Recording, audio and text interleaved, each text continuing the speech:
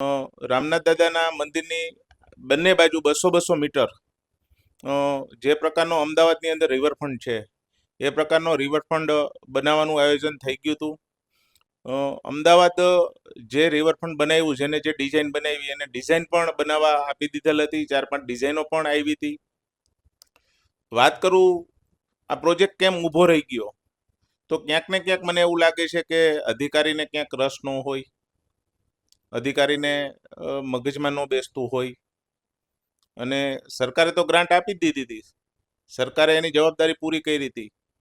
વાત કરું ભાજપના કોઈ પણ કાર્યકર્તા હોય, પછી પાર્ટીનો કાર્યકર્તા હોય તો ભલે, ને ચૂંટાયેલો કાર્યકર્તા હોય તો ભલે, એને એની જવાબદારી બજાવી જ છે. પ્રદીપભાઈની વાત કરું કે એ સિવાયના જો જે કોઈ ભાઈની જવાબદારી હોય એ બધા એની જવાબદારી નિભાવી, પણ ક્યાંક ને ક્યાંક મને એવું લાગે છે કે અધિકારીને રસ ઓછો પડતો હોય, એના હિસાબે આ વિલંબ થતો એવું મને લાગે છે.